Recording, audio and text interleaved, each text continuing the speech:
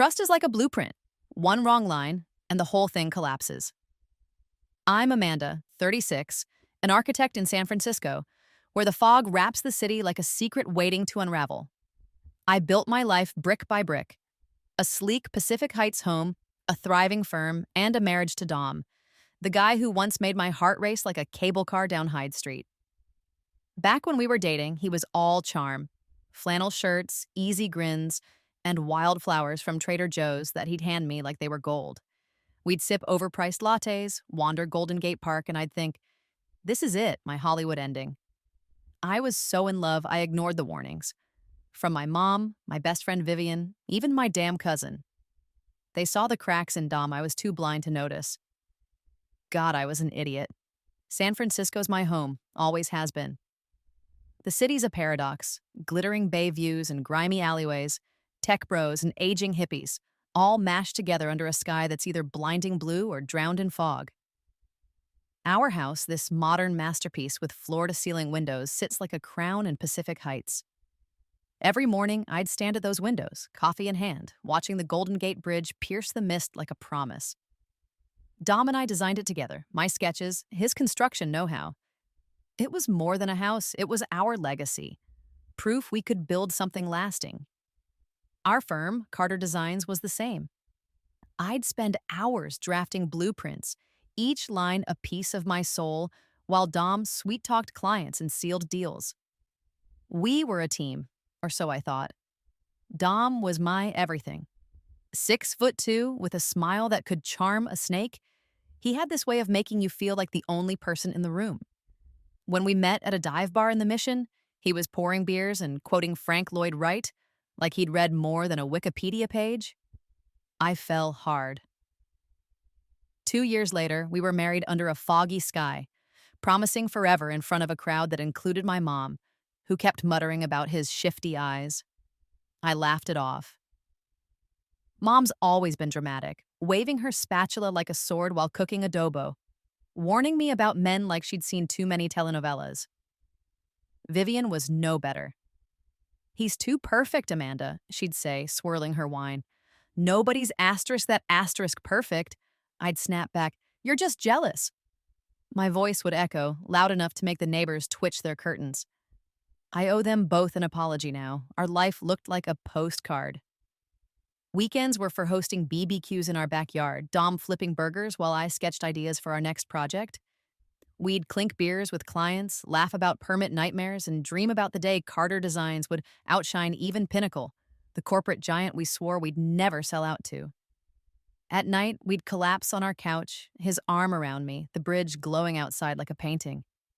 I'd trace the lines of his jaw, thinking, this is what forever feels like.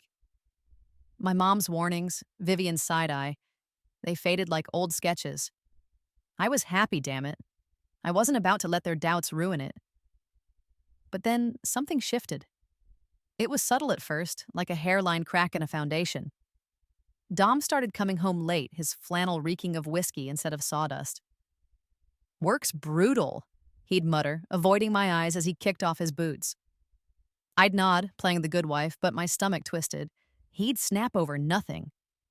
"Why's the credit card bill so high, Amanda? You buying half of Starbucks?" His voice was sharp, cutting through the quiet of our living room. Me spending asterisk his asterisk money? I was the one juggling our finances, making sure we didn't sink under the weight of our loans. I'd stare at the bridge, its red cables fading into the dusk, and tell myself, he's stressed, it's fine. But it wasn't fine, not even close. The doubts started creeping in, cold and heavy, like the fog rolling over the bay. I'd catch him texting at odd hours, his phone screen casting a blue glow across his face in the dark. "Who's that?" I'd ask, keeping my voice light like I didn't care. "Just a client," he'd say, too fast, shoving the phone in his pocket. "Clients at 2 a.m.? Sure, Dom. I wanted to believe him, to cling to the man who'd twirled me on our wedding dance floor, whispering, "You and me, always." But the red flags were stacking up. My mom's voice echoed, "Shifty eyes, Amanda. Don't be a fool." I hated how her words stuck, like a splinter I couldn't pull out. One night, I sat on our couch, a glass of Pinot in my hand, staring at my latest sketches pinned to the wall, a community center we were pitching, all clean lines and open spaces. Dom was supposedly at a site meeting, but my phone buzzed. Vivian's text. Saw Dom downtown at some bar. He wasn't alone. My heart sank. I typed back, "You sure?" Her reply was instant. "Flannel shirt, smug grin. It's him." The wine tasted like acid. I wanted to march downtown, drag him out of that bar, but I didn't. I just sat there, the bridge's lights blurring through my tears, telling myself it was a mistake. Vivian was wrong. She had to be. But deep down, I knew something was rotting in the life we'd built. Love makes you stupid, doesn't it? I was so busy chasing our perfect story, Amanda and Dom, the power couple, that I missed the truth staring me in the face. Dom was slipping away, and he was taking more than my heart with him. That night, as I traced the bridge's outline against the fog, I made a vow. If Dom was playing me, I wouldn't go quietly. I'd built this life, this house, this firm, this dream, with my own hands. No one, not even the man I loved, was going to tear it down. I wasn't ready to admit it yet, but the fight was coming. And I'd be damned if I didn't come out swinging. I couldn't shake the feeling that my life was unraveling, like a blueprint torn at the edges. Dom's late nights were piling up, each excuse flimsier than the last. Site delays, he'd say, or client dinners. But his eyes wouldn't meet mine, and his phone was glued to his hand like it held state secrets. I'd catch him in our kitchen, typing furiously, then locking the screen the second I walked in. "Work stuff," he'd mutter, brushing past me. Work stuff, my ass. The man who used to leave me love notes on our fridge was now dodging me like I was a stranger. My chest tightened every time I saw that locked phone, its screen glowing like a taunt. I wanted to smash it, demand answers, but I held back. Not yet. I needed to know what he was hiding. I kept replaying our early days, trying to pinpoint when it all went wrong. We used to be unstoppable. Dom and me, sketching dreams over cheap wine in our first apartment, a cramped loft in the Mission with peeling paint and a view of nothing but power lines. We'd stay up all night, my pencils scratching out designs while he mapped out budgets, our laughter bouncing off the walls. "We're gonna own this city," he'd say, his grin wide enough to light the room. I believed him. Hell, I believed in *us*. Those nights felt like a lifetime ago, and the Dom I loved, the one who'd kiss my forehead and call me his muse, was slipping away, replaced by this stranger who couldn't look me in the eye. The doubts were eating me alive, but I wasn't about to sit there and stew. I'm not built like that. If something's off, I dig until I find the truth, no matter how much it stings. One night, Dom was passed out on the couch, his phone blaring some self-help podcast about leadership. Typical Dom, pretending he's deep. I reached to mute it, just wanting some damn quiet, when an email notification flashed across the screen. From Lisa, yeah, Lisa, the coworker who always gave me that fake smile at company parties, her eyes glinting like she knew something I didn't. The subject line hit me like a brick. "Miss you already." My heart stopped. I glanced at Dom, still snoring, his mouth half open like a fool. Before I could talk myself out of it, I grabbed his phone and opened the email. "Last night at the hotel was amazing," it read, all smug and syrupy. "Can't wait to see you again, babe." Babe. Asterisk. The word burned my eyes. My hands shook as I scrolled, finding months of emails, each one worse than the last. Sappy promises, dirty details, little winking emojis that made my stomach churn. They'd been sneaking around using email like some cheesy spy flick. I wanted to scream, to shake him awake and shove the phone in his face, but I was frozen. The words on the screen slicing through me. Lisa, of all people. The woman who'd once joked, I didn't deserve Dom, her laugh sharp as a blade. Guess she decided to prove it. But then I saw something that turned my anger to ice. Buried in their lovey-dovey trash was an email from Dom to Lisa, dated a week ago. "Once we sell the firm to Pinnacle, we'll split the cash and start fresh. Amanda won't know what hit her." Pinnacle, our biggest rival, the corporate vulture we swore we'd never touch.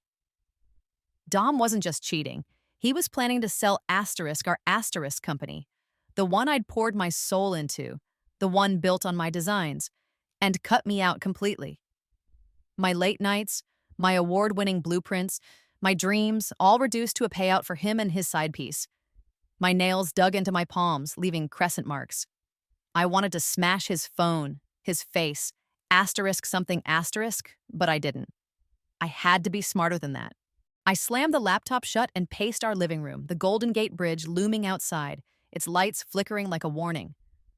The fog was thick, curling around the cables, and it felt like it was choking me too. I wasn't just hurt, I was asterisk done asterisk being played. The next morning, I called Tessa Martinez, a lawyer downtown who could scare the devil himself. We met at a cafe, her sharp blazer and sharper eyes cutting through the morning buzz. I spilled everything, the affair, the emails, the Pinnacle plot. Tessa didn't blink. "You want to bury him? You need proof," she said, sipping her espresso like we were chatting about the weather. "Emails are good, but we need more. Bank records, receipts, anything he thinks you're too naive to find." I nodded, my jaw tight. Naive? I'd show him naive. We became detectives, Tessa and me. I hacked into Dom's accounts. Yeah, I know, but he used Golden Gate 123 for everything, the idiot. I found hotel receipts in Lisa's name, charges for dinners I never ate, even a wire transfer to some sketchy account I didn't recognize. Every discovery was a punch, but it fueled me. Tessa cross-checked every detail, building a case that could crush him. I barely slept, my eyes burning from staring at screens, but I didn't care. This wasn't just about the affair anymore, it was about protecting what was mine, my firm, my home, my life. "Who's Lisa?" I asked Dom that night, my voice calm but laced with venom. He was pouring whiskey, his back to me. His hand froze mid-pour. "Just a coworker," he said, too quick, turning with that fake grin I used to love. "Why?" I stared at him, searching for the man I married, but all I saw was a liar. "No reason," I said, forcing a smile. Inside, I was screaming. He thought he could outsmart me, thought I'd stay blind while he and Lisa laughed behind my back. He was wrong. Tessa and I were closing in, and I wasn't stopping until I had everything I needed to make him pay. As I stood in our office later, staring at my latest blueprint, I felt a fire ignite. This was my life, my work, and no one, not Dom, not Lisa, was going to take it from me. The truth about Dom's betrayal hit me like a wrecking ball, leaving me gasping in the rubble of what I thought was my life. I sat in our living room, the Golden Gate Bridge, a blurry red smear through the fogged-up windows, my hands trembling around a cold coffee mug. The emails, the affair, the plot to sell our firm to Pinnacle, it was too much. My heart felt like it was being carved out, each word from those messages a fresh cut. How could he do this? How could the man who'd held my hand through late-night deadlines, who'd kissed me under a starry sky at our wedding, turn into this snake? I wanted to curl up and cry until the pain stopped, but I couldn't.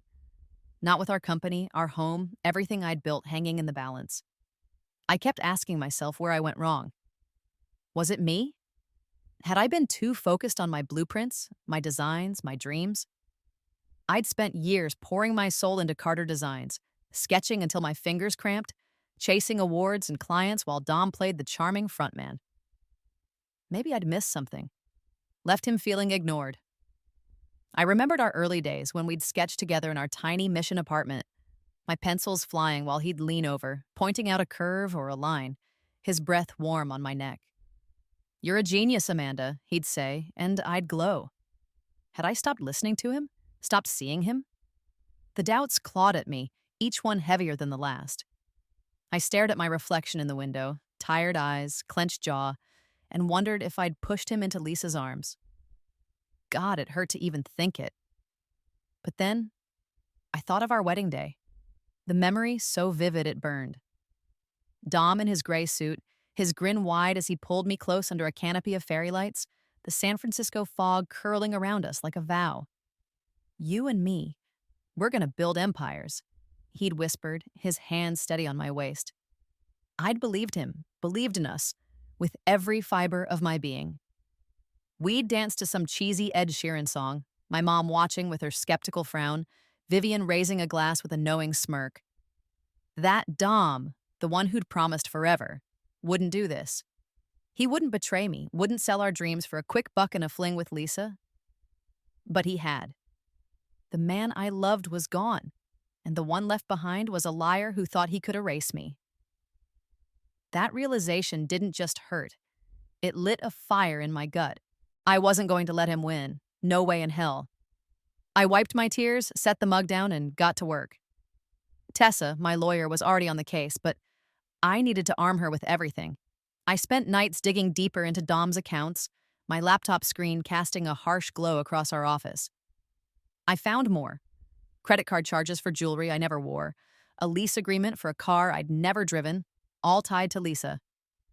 The worst was a bank statement showing a $50,000 transfer to an account I didn't know, labeled consulting fees. Consulting? Lisa was a junior project manager, not some high roller expert.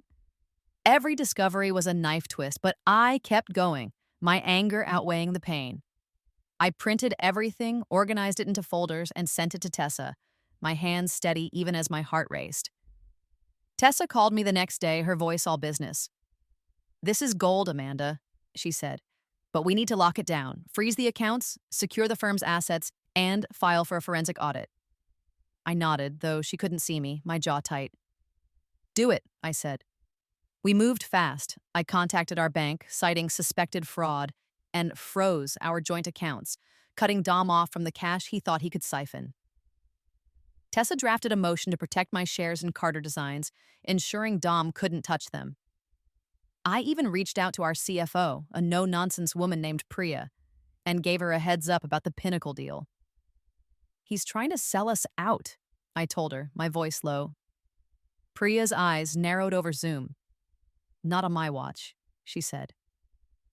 I felt a flicker of hope. I wasn't alone in this. The fog outside was relentless, blanketing the city like a shroud, but inside I was burning. Every step I took, every email printed, every call to Tessa, was a brick in the wall I was building to protect what was mine. I thought of our house, its clean lines and warm wood floors, the sketches pinned to my office walls, the life I'd crafted with my own hands. Dom thought he could take it all, thought I'd crumble under his lies. He was wrong. I wasn't the naive girl who'd ignored my mom's warnings, who'd let love blind her to his flaws. I was something else now, forged in pain and ready to fight. One night, as I sat in our office, the bridge's lights barely visible through the fog, I found a photo on my desk. Me and Dom at a groundbreaking ceremony, shovels in hand, grinning like we owned the world. I stared at it, my throat tight. That was the life I'd wanted, the one I'd believed in. Now it was gone, replaced by a war I hadn't asked for. I tucked the photo away, my hands steady. I didn't need memories to fuel me anymore. I had my anger, my evidence, and a plan. Dom was about to learn what happened when you crossed me. I wasn't just fighting for my company or my house. I was fighting for myself. And I'd be damned if I let him take that from me, too. The air in our office was thick with tension. The Golden Gate Bridge barely visible through the fog outside, its red cables like veins pulsing in the dusk. I stood by my drafting table, surrounded by blueprints. My blueprints. The heart of Carter Designs. The room smelled of coffee and ink, the familiar hum of the city muffled by the windows. Dom was in Las Vegas, supposedly at an architecture expo, but I knew better. He was probably strutting around with Lisa, clinking overpriced cocktails, thinking he'd already won.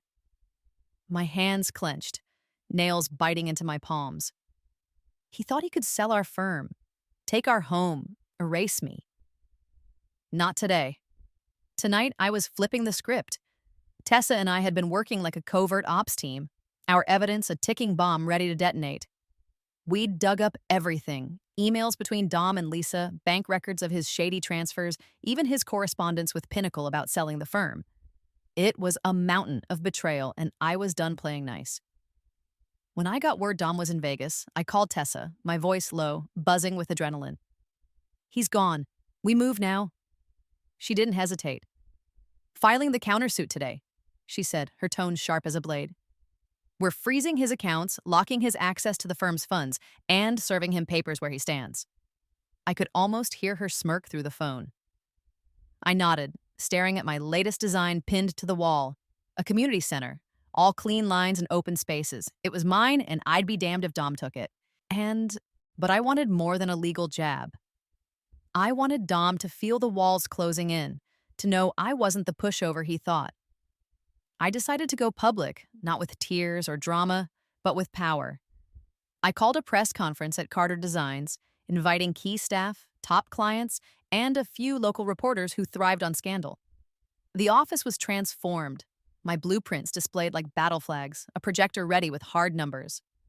I wore my sharpest blazer, my hair pulled back, my eyes burning with a fire I hadn't felt in months. As people filed in, whispering, I stood at the front, the bridge looming outside like a witness. This was my moment.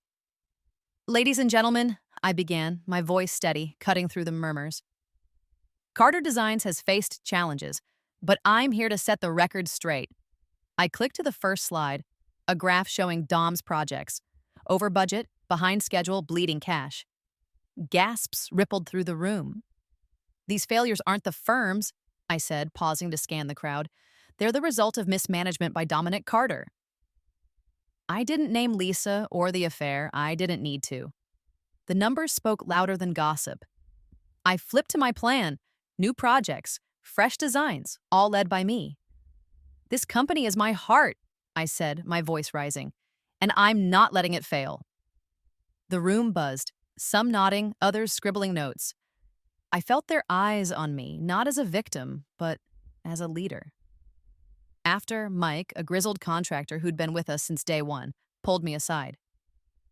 Knew you were the real deal, Amanda, he said, his hand heavy on my shoulder. Dom's been riding your coattails for years. I forced a smile, but inside I was drained. Keeping up the badass front was exhausting, like holding up a collapsing beam. I thanked Mike, then slipped back to my office, slumping into a chair. The bridge's lights flickered through the fog, and for a moment, I let myself feel the weight of it all. The betrayal, the fight, the fear of losing everything. But I didn't break. I couldn't afford to. Tessa called the next morning, her voice all business. Papers are served. Dom's in Vegas, probably losing his mind right now. I laughed, a sharp, bitter sound. Good. I pictured him opening the envelope, his smug grin fading as he read the list of his sins. The emails, the transfers, the Pinnacle deal, all laid bare like a crime scene. Court's got the filing, Tessa added. We've got him cornered. I leaned back, staring at the ceiling, my heart pounding. Cornered was right. Dom thought he could outmaneuver me, thought I'd roll over, while he and Lisa planned their new life. He was about to learn how wrong he was. Later that day, Dom's texts started flooding in. First, rage. You think you can ruin me, Amanda? You're nothing. Then, pathetic pleas. Let's talk. I messed up. I didn't reply. Let him squirm. The man who'd whispered babe to Lisa in those emails didn't get to play victim now. I deleted his messages, poured a coffee, and walked to the window. The fog was lifting, the bridge's cables sharp against the sky. It felt like a sign. This wasn't just about saving my firm or my house. It was about proving who I was. I wasn't the naive girl who'd ignored Vivian's warnings, who'd let love blind her to Dom's lies. I was Amanda, the woman who'd built an empire, and I was ready to defend it. As I stood there, my phone buzzed again. Vivian this time. Heard about your press conference. You're a badass. I smirked, the first real smile in days. Maybe I was. Dom's Vegas trip was his last hurrah, his final moment of thinking he'd won. When he came back, he'd face a reckoning. I turned back to my drafting table, my fingers tracing the lines of my community center design. And this was my future, my fight, and I was ready to bring it all crashing down on him. Dom had no idea what was coming, but I'd make sure he felt every second of it. The San Francisco courthouse loomed like a fortress, its marble floors echoing under my heels as I walked out, the fog curling around the building like a victory flag. Judge Winter's ruling still rang in my ears, the Pacific Heights house, my full shares of Carter Designs, and control over the design division. all mine. Dom's hidden accounts were exposed, his demands for my shares tossed out, and his shady transfers flagged for investigation. "Mr. Carter, your actions have consequences," she'd said, her voice cold as steel. He'd slumped in his chair, a defeated shadow of the man I'd once loved. I didn't cheer or cry. I just stood there, letting it sink in. I'd fought and I'd won. The life I'd built, the dreams I'd poured into every blueprint were safe. Dom was done. After the ruling, he left San Francisco, tail between his legs, moving to some cheap apartment across the country. Miami, I heard, probably chasing Lisa and whatever scraps of their fantasy remained. The firm fired him, the board unanimous after my press conference exposed his mismanagement. Clients dropped his projects like hot coal, and Pinnacle, his golden ticket, backed out of the deal once Tessa leaked their shady correspondence. I didn't gloat, but I won't lie. Knowing he was scrambling felt good. He'd tried to erase me, to take everything we'd built, but he was the one left with nothing. "You're nothing without me," he'd screamed in those voicemails. Funny how that turned out. I threw myself back into Carter Designs, not as a victim, but as a force. The firm was mine to lead now, and I wasn't wasting a second. I launched new projects: a library in Oakland, a sustainable housing complex in Marin, each designed sharper, bolder than the last. My blueprints weren't just plans. They were statements, proof I was still here, still creating. The office buzzed with energy, my team rallying behind me. Priya, our CFO, became my right hand, her spreadsheets as fierce as my sketches. "You're the spine of this place," she told me one night, handing me a coffee as we worked late. I smiled, my chest warm. For the first time in months, I felt like I was standing tall again. Our Pacific Heights house became my sanctuary, not a battlefield. I kept it, every sleek line and warm wood floor, a reminder of what I'd fought for. I'd stand at those floor-to-ceiling windows, watching the Golden Gate Bridge glow against the dusk, its cables like threads holding my world together. I redecorated, swapping Dom's tacky leather couch for a minimalist one, hanging new art. My sketches, framed, bold. The house wasn't just a home, it was a declaration. I wasn't broken. I was rebuilding, piece by piece, and it felt damn good. The biggest win wasn't the house or the firm. It was me. I wasn't the Amanda who'd ignored my mom's warnings, who'd let love blind her to Dom's lies. I was stronger, forged in betrayal, sharpened by pain. I started running again, my sneakers pounding the marina green at dawn, the bay's salt air clearing my head. I'd catch my reflection in shop windows, steady eyes, lifted chin, and think, that's who I am now. Vivian noticed it too. Over wine one night, she raised her glass.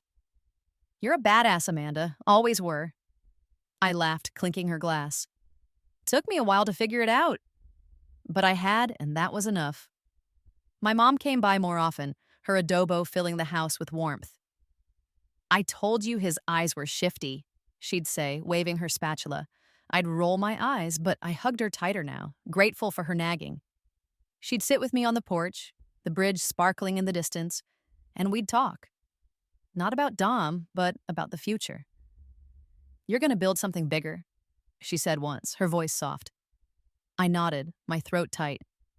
She was right. Carter Designs wasn't just surviving, it was thriving, and I was at the helm, steering it towards something new. The city itself felt different, like it was rooting for me. San Francisco's fog no longer felt heavy. It was a canvas, soft and open, ready for my next design. I'd walk through Golden Gate Park, sketching ideas on my tablet, the eucalyptus trees whispering possibilities. One evening, I stood at Crissy Field, the bridge towering above, its lights cutting through the dusk like a promise. I thought of Dom, of the life we'd planned, and for the first time, I didn't feel anger or pain. I felt free. I'd forgiven him, not for his sake, but for mine. Holding on to hate was like carrying a bad blueprint. It only weighed me down. I opened a new project that spring, a community center I'd designed before the chaos, its glass walls and open spaces a love letter to resilience. At the groundbreaking, I held the shovel, my team cheering, cameras flashing. Mike, the old contractor, clapped me on the back. "This is all you, Amanda," I smiled, digging into the earth. the dirt cool under my hands. It was me, my vision, my strength, my future. The bridge loomed in the distance, steady, unyielding, like a symbol of everything I'd become. As I drove home that night, the city lights blurring past, I felt a quiet peace. Dom's betrayal had nearly broken me, but it hadn't. It had built me piece by painful piece into someone new. I wasn't just surviving, I was thriving. My sketches bolder, my heart open to whatever came next. The bridge glowed ahead, its cables a map of my journey. Not perfect, but mine. I turned up the radio, some old rock song filling the car, and sang along, my voice loud, unapologetic. This was my life, my city, my story, and I was just getting started.